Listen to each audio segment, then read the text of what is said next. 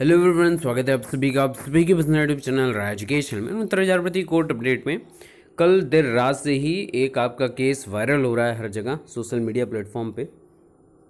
अधिकतर legal team के सदस्य ही इसको वायरल कर रहे हैं, हर जगह सबके समक्ष लाने की कोशिश कर रहे हैं, क्योंकि वही लोग चाहे लखनऊ बेंच कह लीजिए, चाहे इलाहाबाद हाई कोर्ट कह लीजिए, चाहे सुप्रीम कोर्ट कह लीजिए, वहाँ पर मौजूद हैं और उनको इन सारी चीज़ों के क्रियाकलाप पता है। कैविएट भी दाखिल है तो कोई भी विपक्षी कहाँ से भी प्रहार करेगा तो उसकी जानकारी, केस की जानकारी पहले ही हो जाएगी। अब ये केस हुआ बीटीसी 2015 बैच को बाहर करने के लिए। ऐसे तमाम केस पिछले महीनों में, पिछले दिनों में, पिछले हफ्तों में देखने को बार बार मिले हैं और ऐसे अथक प्रयास, ऐसे कह सकते हैं कि पूर्ण ना होने वाले प्रयास लोग करते रहते हैं और भविष्य में करेंगे भी, जब तक कि भर्ती प्रक्रिया पूर्ण नहीं हो जाती ससमय पर या सकुशल।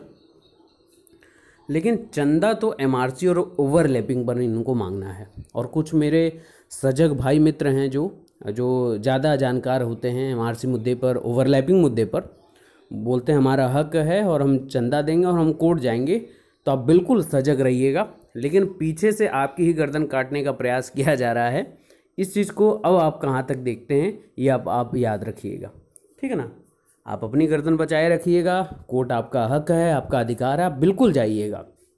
लेकिन आपका जो ग्राउंड है, आप जिस धरातल पर खड़े हैं इस भर्ती प्रक्रिया में, बीटीसी बैच 2015 बनकर आपकी खुद गर्दन निकाली जा रही है।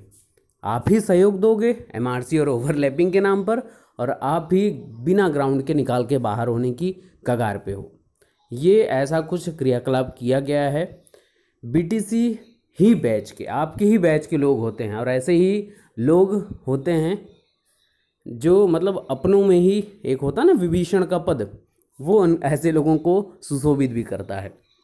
बहरहाल देख लीजिए यहाँ पर केस को, ये लीगल टीम की तरफ से ये पोस्ट किया गया कि बीटीसी 2015 बैच को बाहर करने का भ्रम, यह है उस याचिका के ग्राउंड जिसमें बीटीसी 2015 बैच बाहर करने का जिक्र किया जा रहा है।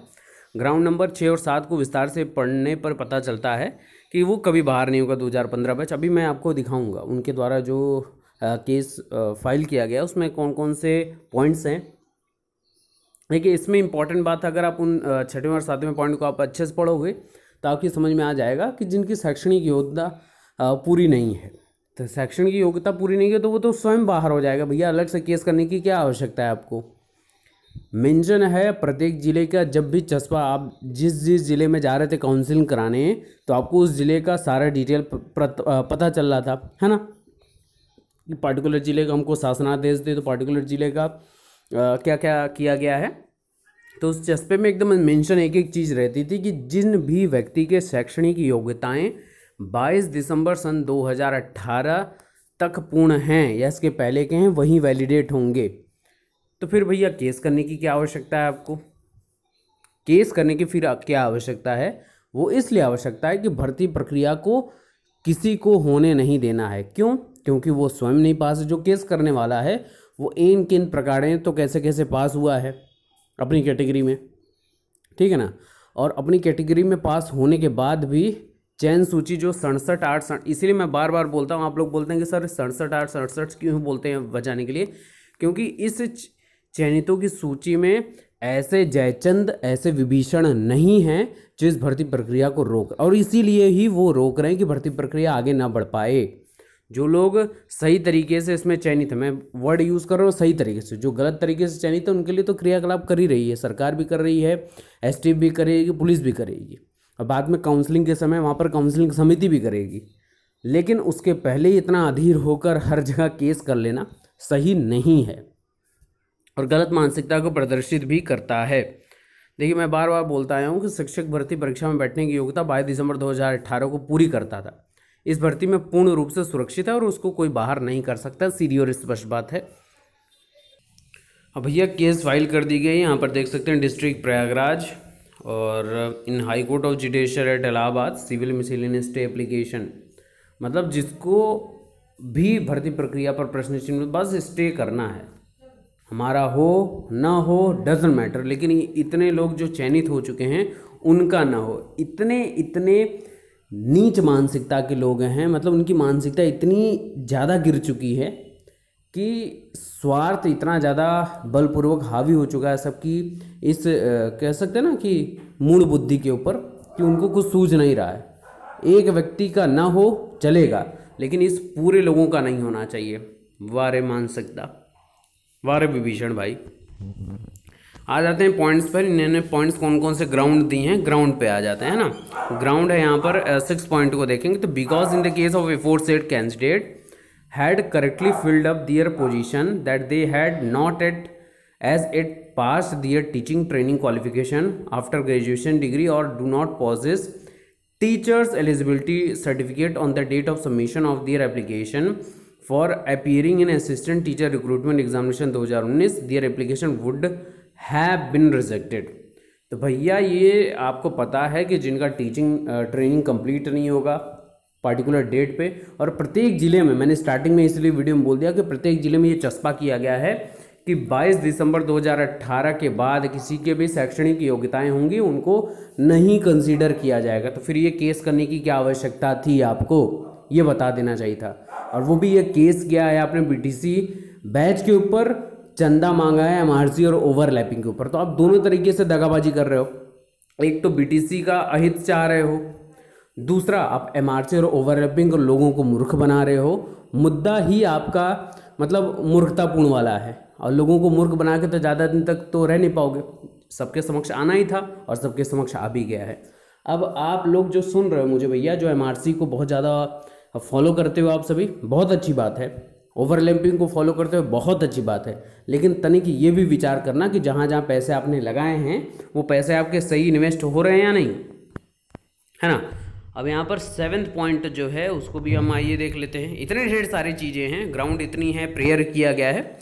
Because in order avoid such rejection large number of candidates who have not pass their teaching training qualification और टीटी ऑन और before the last date of submission of the application form for appearing in assistant teacher 2019 examination proceeded to incorrectly filled up their application form with incorrect names as all having passed teacher training qualification or having passed TT examination prior to the said date, and on the basis of such misinformation given by them they were permitted to appear in इस examination has qualified the sin। तो भैया जो मतलब इतना अधीरता है लोगों के अंदर कि कुछ भी करो, पहले भर्ती पे स्टे लो फिर हमारी बात सुनो, उसके पहले हमारी बात नहीं सुनना है। और इन्होंने 6वें और 7वें पॉइंट पे ये मेंशन किया है। 6वें पॉइंट पे तो आपने देख लिया कि जिसका 22 दिसंबर से पहले पूर्ण ना हुआ हो, चाहे टीटी का रिजल्ट हो चाहे आपके ट्रेनिंग हो, वो वैलिडेट नहीं होगा। दूसरा इन्होंने बोला है कि ऐसे लोग मिस नाम यानी कि मिस इन्फॉर्मेशन दिखाते हुए, तो मिस इन्फॉर्मेशन दिखाएंगे तो वो स्वतः बाहर हो जाएंगे। जैसे एक मार्कशीट वायरल हो रही थी, ध्यान से सुन लीजिएगा, एक मार्कशीट वायरल हो रही थी पर्टिकुलर कोई शुक्ला के नाम से, है ना, कोई थी, उनके 114 नंबर थे और वो शुक्ला होते हुए उन्होंने ओबीसी वर्ग भरा था। बाद में जब पहले तो खूब उनका लोगों ने ट्रोल किया हर जगह कि ऐसे कैसे हो सकता है, मिस इन्फॉर्मेशन दी गई है वगैरह वगैरह। लेकिन बाद में जब ट्रोलिंग कंप्लीट हुई, उनके घर हर जगह मीडिया भी पहुंची, उनके पिता से पूछा गया तो उन्होंने बोला कि ये गलती से हो गया है, बच्ची ने गलती से फॉर्म में भर दिया है, वो संशोधन का मौका मिल नहीं रहा है। लेकिन हम लोग ओबीसी जाति के ही हैं, हम लोग पर्टिकुलर गोसाई जाति के अंतर्गत आते हैं और हम लोग ओबीसी के अंतर्गत रहेंगे, ऐसा उनके पिता के द्वारा बोलना मीडिया में बयान दिया गया था।